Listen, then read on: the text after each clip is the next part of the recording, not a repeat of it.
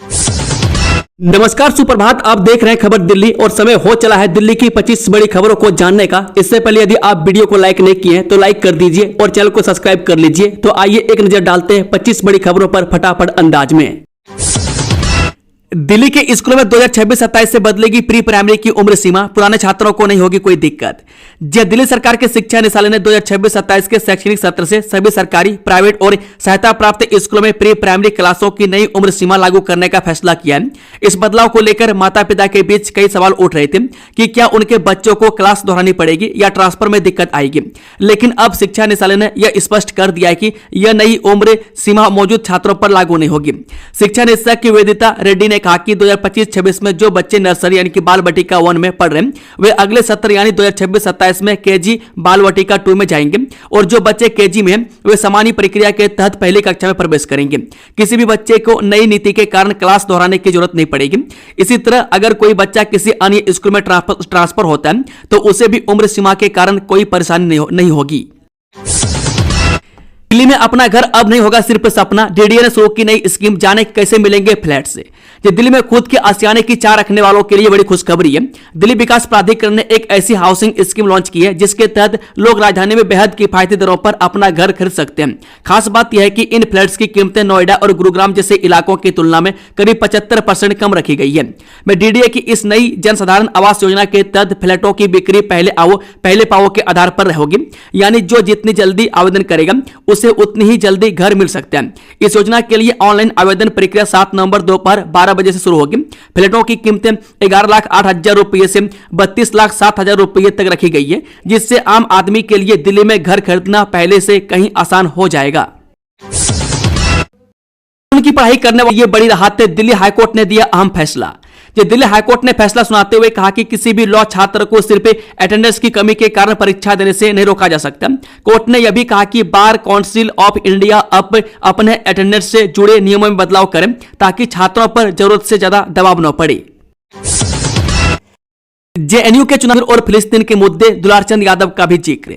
जवाहरलाल नेहरू विश्वविद्यालय के गलियारों में रविवार को दिन ढलते सियासी नारे गूंजने लगे और परिसर चुनावी अखाड़े में बदल गया। जेएनयू छात्र संघ चुनाव में हर साल की तरह इस साल भी खचाखच भरे सभागार में अध्यक्ष पद के उम्मीदवारों के बीच वाद विवाद हुआ। इस दौरान मंच पर 6 उम्मीदवार थे, हर कोई अपनी बारी का इंतजार कर रहा था। इस दौरान पिछली पंक्ति में बैठे एक शोध विद्यार्थी ने कहा, हर बार जेएनयू चुनाव लोकतंत्र का एक तरह से अभ्यास होता है। यह हमें याद दिलाता है कि राजनीति वाद विवाद से शुरू होती है। जेएनयू छात्र संघ चुनाव के लिए 4 नवंबर को मतदान होगा और 6 नवंबर को परिणाम घोषित किए जाएंगे। खुशखबरी, 55 रिंग रोड कॉरिडोर अब बनेगा स्मार्ट, 6 चरणों में होगा काम। महात्मा गांधी रिंग रोड अब नई शक्ल लेने जा रहा है। राजधानी की यातायात व्यवस्था को सुगम और आधुनिक बनाने की दिशा में पीडब्ल्यूडी ने इस 55 किलोमीटर लंबे रिंग रोड कॉरिडोर के पुनर्विकास की औपचारिक शुरुआत कर दी है। प्रोजेक्ट की डीपीआर तैयार करने की जिम्मेदारी आईकॉम इंडिया प्राइवेट लिमिटेड को दी गई है। पीडब्ल्यूडी मंत्री परवेश साहिब सिंह ने कहा कि हम इसे सिर्फ मरम्मत नहीं बल्कि स्मार्ट और सुरक्षित राजधानी के रूप में नया आकार देने जा रहे हैं। बता दें कि रिंग रोड का पुनर्विकास 6 चरणों में किया जाएगा, जिसमें दिल्ली के उत्तर, दक्षिण और मध्य हिस्सों को जोड़ने वाले प्रमुख मार्ग शामिल हैं। इस प्रोजेक्ट में आजादपुर फ्लाईओवर से लेकर पैसिफिक मॉल पीतमपुरा तक कुल 6 सेक्शन में सुधार किया जाएगा। इसमें DND flyover, Moti Bagh, Rajouri garden और आईएसबीटी जैसे भीड़ भाड़ वाले हिस्से शामिल हैं।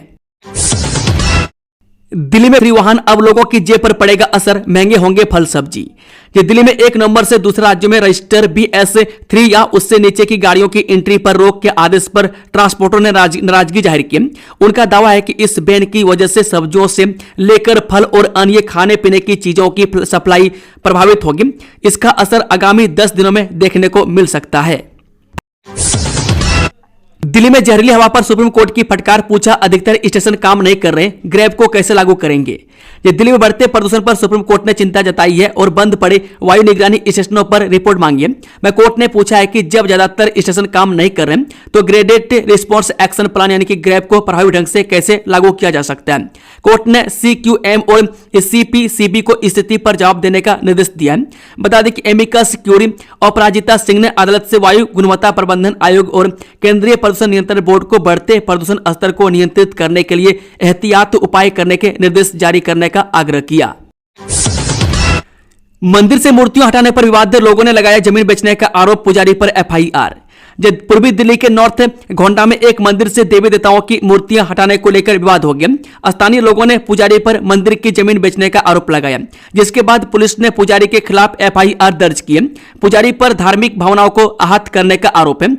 पुजारी ने कहा कि वह मंदिर का पुनर्निर्माण करा रहे हैं। नॉर्थ गोंडा के सुभाष मोहल्ले में एक मंदिर से देवी देवताओं की मूर्ति हटाने को लेकर विवाद हो गया। लोगों ने पुजारी पर मंदिर की जमीन बेचने का आरोप लगाया। इस मामले में शिकायत पर भजनपुरा थाना पुलिस ने पुजारी के खिलाफ पूजा स्थल को नुकसान पहुंचाने, जानबूझकर और दुर्भावनापूर्ण कार्यों से किसी वर्ग की धार्मिक भावनाओं को आहत करने समेत कई आरोपों में प्राथमिकी पंजीकृत कर ली है। स्थानीय लोगों ने मंदिर पर ताला डाल दिया है।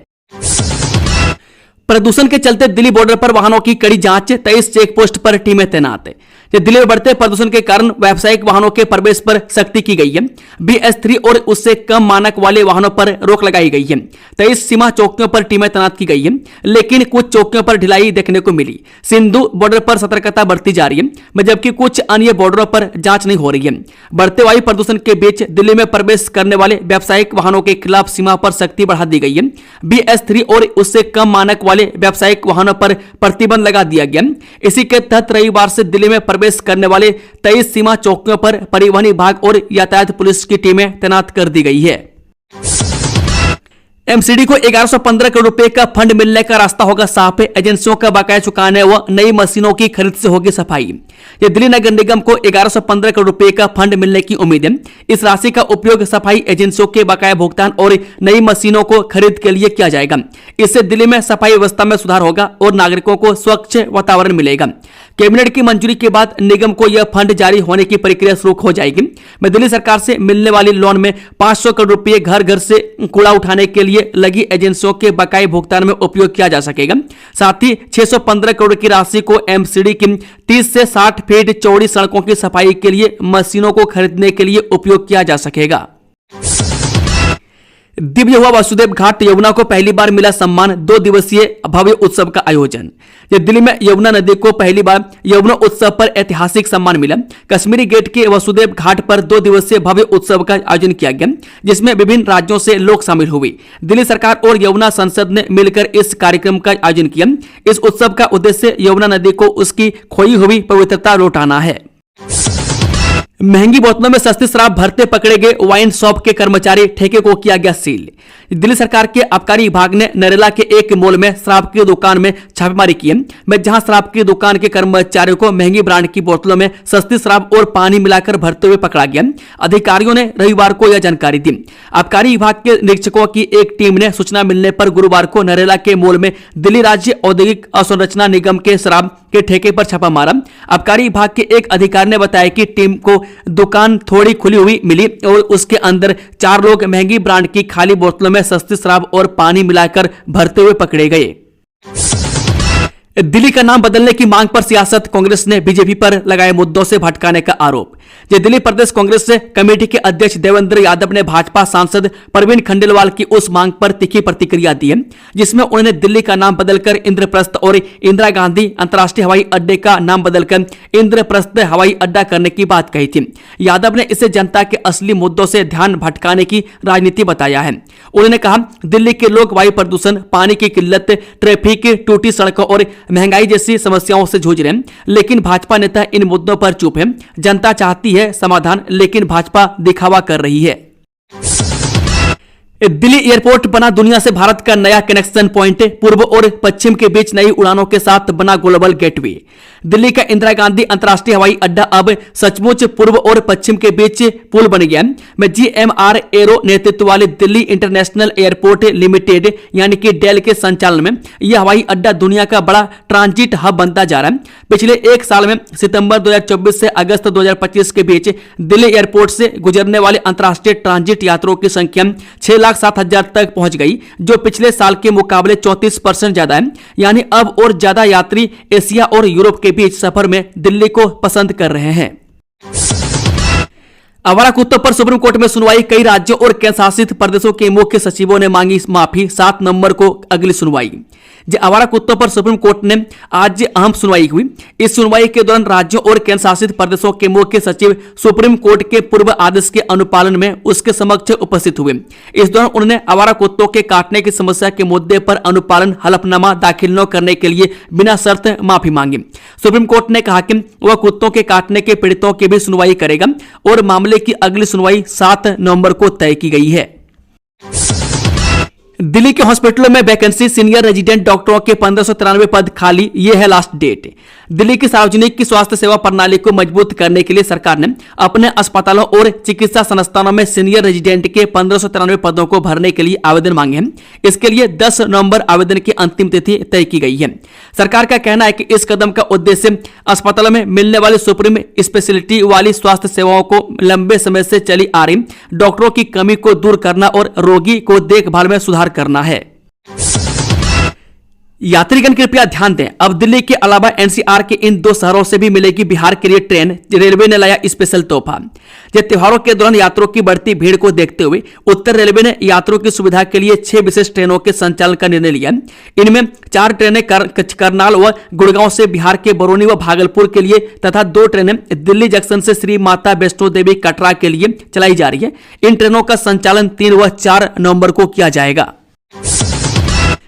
आनंद विहार नवभारत स्टेशन पर और मजबूत हुई यात्रियों की सुरक्षा, अब शिकायत करना हुआ आसान। जेएनसीईआरटीसी ने आनंद विहार नवभारत स्टेशन पर यात्रियों की सुरक्षा के लिए एक नई पुलिस चौकी स्थापित की है, जिसे दिल्ली पुलिस को सौंपा गया है। यह चौकी स्टेशन के गेट नंबर 2 के पास स्थित है। रोजाना हजारों यात्री नवभारत ट्रेन से यात्रा करते हैं, इसलिए सुरक्षा बढ़ाना महत्वपूर्ण है। दिल्ली गाजियाबाद मेरठ कॉरिडोर के सभी स्टेशनों पर ऐसी चौकियां बनाने की योजना है। डिजी कवच अभियान, दिल्ली के इंद्रपुरी में वरिष्ठ नागरिकों को दिया गया डिजिटल सेफ्टी का परीक्षण। दिल्ली के इंद्रपुरी में जागरण न्यू मीडिया और विश्वास न्यूज द्वारा गूगल डिजी कवच के सहयोग से वरिष्ठ नागरिकों के लिए डिजिटल सुरक्षा वर्कशॉप आयोजित की गई। इसका उद्देश्य ऑनलाइन धोखाधड़ी से बचाव के तरीकों के बारे में जागरूक करना था। विश्वास न्यूज के प्रशिक्षकों ने साइबर अपराध और फिशिंग लिंक से बचने के उपाय बताए। गूगल पासवर्ड मैनेजर के उपयोग और एआई से होने वाली धोखाधड़ी के बारे में भी जानकारी दी गई। पुलवामा आतंकी हमले का नाम लेकर शख्स से ऐंठ लिए 10 लाख रुपए, दिल्ली में गजब का फ्रॉड। दिल्ली के एक 32 साल के एक शख्स के साथ 10 लाख रुपए से ज्यादा की ठगी करने का मामला सामने आया है। जानकारी के मुताबिक आरोपी खुद को आतंकवाद निरोधी दस्ते यानी कि एटीएस का प्रमुख बताकर उस पर पुलवामा आतंकी हमले में शामिल होने का आरोप लगाया था। करोल बाग निवासी शिकायतकर्ता ने पुलिस को बताया कि 13 अगस्त को उससे कई अज्ञात नंबरों से कॉल आई और कॉल करने वाले ने उस पर 2019 के पुलवामा आतंकी हमले में शामिल होने का झूठा आरोप लगाया और 10 लाख रुपए ऐंठ लिए। तोता गैंग कानून के पंजे में फंसा, गुरुग्राम पुलिस ने सरगना समेत 3 कुख्यात अपराधी गिरफ्तार। गुरुग्राम पुलिस को एक बड़ी सफलता मिली है। अपराध शाखा सेक्टर 17 की टीम ने एक गुप्त सूचना पर कार्रवाई करते हुए तोता गैंग के 3 कुख्यात अपराधियों को गिरफ्तार कर लिया। ये अपराधी बड़ी लूटपाट और फिरौती जैसी गंभीर वारदातों को अंजाम देने की फिराक में थे। गुरुग्राम पुलिस ने संगठित अपराध के खिलाफ एक बड़ी सफलता हासिल की है। अपराध शाखा सेक्टर 17 की टीम ने एक गुप्त सूचना पर कार्रवाई करते हुए तोता गैंग के 3 कुख्यात अपराधियों को गिरफ्तार किया है। ये अपराधी अवैध हथियारों के बल पर बड़ी लूटपाट और फिरौती जैसी गंभीर वारदातों को अंजाम देने की फिराक में थे। पुलिस ने आरोपियों के कब्जे से 2 अवैध पिस्टल, 1 देसी कट्टा, 7 जिंदा कारतूस और वारदात में इस्तेमाल होने वाली एक कार बरामद की है। ननकाना साहिब के लिए 170 सिख श्रद्धालुओं का जत्था रवाना, गुरु नानक देव जी के जन्म स्थान का करेंगे दर्शन। राजधानी दिल्ली स्थित ऐतिहासिक गुरुद्वारा रकाबगंज साहिब से सोमवार को 170 सिख श्रद्धालुओं का जत्था गुरु नानक देव के जन्म स्थान श्री ननकाना साहिब के लिए रवाना हुआ। इस अवसर पर दिल्ली सिख गुरुद्वारा प्रबंधक कमेटी यानी कि DSGMC के महासचिव जगदीप सिंह कहलो सहित कई सदस्य मौजूद रहे। श्रद्धालु हसन अब्दाल स्थित गुरुद्वारा पंजा साहिब के दर्शन भी करेंगे। मैं जगदीप सिंह कहलो ने समाचार एजेंसी IANS से बात करते हुए बताया कि इस बार गुरु नानक देव जी के प्रकाश पर्व को लेकर देश भर में विशेष उत्साह देखा जा रहा है। 5 नवंबर को मनाए जाने वाले इस पावन पर्व पर भारत से करीब 21,006 श्रद्धालुओं को पाकिस्तान सरकार की ओर से वीजा जारी किया गया है। आम आदमी पार्टी का दावा, दिल्ली में 200 मोहल्ला क्लिनिक बंद, अमित शाह का नाम लेकर साधा निशाना। जी आम आदमी पार्टी आज दिल्ली सरकार के खिलाफ प्रदर्शन कर रही है। आरोप है कि रेखा गुप्ता सरकार ने दिल्ली में 200 से ज्यादा मोहल्ला क्लिनिक बंद कर दिया है।